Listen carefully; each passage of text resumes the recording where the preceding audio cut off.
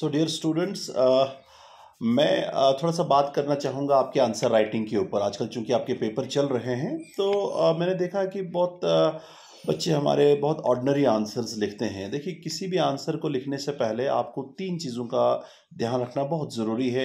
उसको हम कहते हैं RIG, रिग। बहुत सारे लोग इसको सजेस्ट करते हैं कि आंसर की क्वालिटी अगर आपने बढ़ानी हो तो वो कैसे बढ़ती है। R stands for repetition. आप अपने आंसर में बार बार एक ही चीज़ अगर आप लिख रहे हैं या बार बार एक ही चीज़ को आप रिपीट कर रहे हैं, उससे आंसर की क्वालिटी आपकी बहुत कम होगी। चाहे आप ऑनलाइन में बैठें, चाहे ऑफलाइन में आप बैठें, कोई भी एग्जामिनेशन हो, एग्जामिनेशन की एक सेंटिटी होती है। आंसर राइटिंग एक आर्ट होता है बेसिकली। वो आर्ट आपको आना चाहिए। रिपीटिशन आपने नहीं करनी। आप एक ही चीज़ बार बार बताना चाहते हैं एक ही आंसर में, उससे एग्जामिनर बहुत इरिटेट होता है। एक तो repetition, R stands for repetition. I stands for इररिलेवेंस, यानी कि आपने वो चीज़ें नहीं लिखनी है जो आपके आंसर में इररिलेवेंट है, वो पूछा ही नहीं गया है, आप खामखा में पेजेस अपने भर रहे हैं। हमारे यहाँ पे खासकर कॉलेज जो आर्ट्स के बच्चे जो हैं, उनको ये होता है कि नहीं सर, हम नंबर ऑफ पेजेस ज़्यादा कर देंगे। ऐसा कुछ नहीं है। देखिए, आप जो भी आंसर में डाल रहे हैं, जो भी वर्ड्स आप ऐड कर रहे हैं, वो क्वालिटी उसमें वो रिलेवेंट होना चाहिए। वही जो पूछा गया हो वही आप लिखें। तो I स्टैंड्स फॉर इररिलेवेंस, आपने इररिलेवेंट चीज़ों को अवॉइड करना है। और G stands for generalisation. Generalisation क्या होता है कि हम कभी कभी अपने आंसर को इतना जनरल कर देते हैं कि उस आंसर में कुछ भी नहीं होता, वो सिर्फ पेजेस होते हैं भरे हुए, और उसके अंदर क्वालिटी जो है हमें नज़र ही नहीं आती। मैक्सिमम बच्चों को मैंने देखा है कि वो RIG का ख्याल नहीं रखते। तो याद रखें, R stands for repetition, I stands for irrelevance and G stands for generalisation. Answer को जनरल नहीं बनाना है, बल्कि आपने स्पेसिफिक होना है।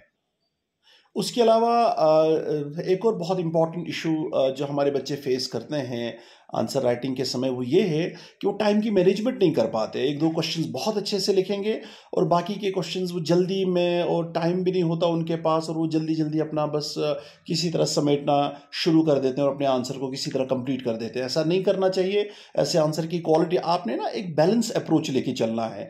जिस भी एग्जाम में आप बैठें, चाहे कॉलेज का 3rd सेम हो, 5th सेम हो, आगे UPSC हो, आगे KS का एग्जाम हो, चाहे नेट का एग्जाम हो, चाहे JRF हो, चाहे स्लेट का, चाहे कोई भी एग्जाम में आप अपीयर हों, आपने एक बैलेंस अप्रोच लेके चलनी है। आपको पता होना चाहिए कि मैं 1 मिनट में कितने वर्ड्स लिख पाता हूँ, मेरी स्पीड क्या है राइटिंग की। वैसे ही आप अपने अपने टाइम को डिवाइड करें। हर आंसर को आपने अच्छे से प्रेजेंट करना है। देखिए, आंसर राइटिंग आपकी एक पर्सनैलिटी होती है एग्जामिनर के सामने। आप खुद तो नहीं जाते, लेकिन आपका आंसर जाता है। तो इसी आंसर को लिखने से बच्चे IAS भी क्वालिफाई करते हैं। बच्चे बहुत बड़े बड़े एग्जाम्स में क्वालिफाई करने के बाद वो बहुत अच्छी अच्छी पोजीशंस पे पहुंचते हैं। आंसर राइटिंग को आपको सीखना पड़ेगा।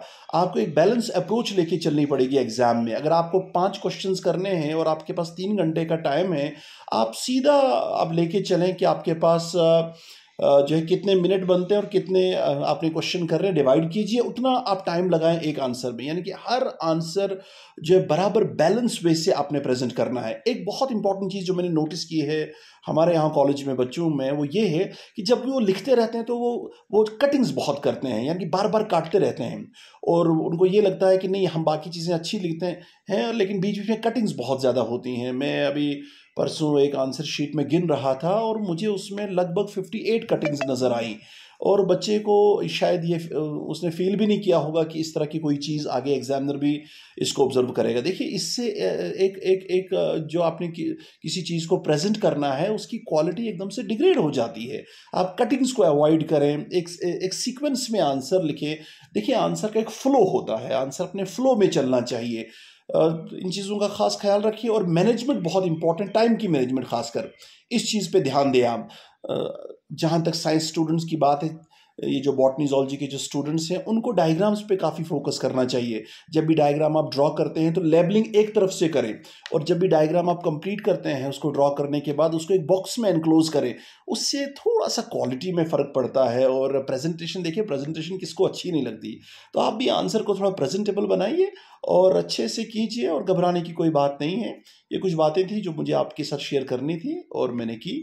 इस पे आप देखें, इस पे आगे फोकस करें आप। ऐसे जो टेक्निक्स मैं आपके साथ शेयर करता हूँ, आप देखेंगे खुद ही आपकी आंसर राइटिंग स्किल्स जो है काफ़ी बढ़िया होगी, और आपको हर एग्जाम में इसमें हेल्प होगी। Thank you.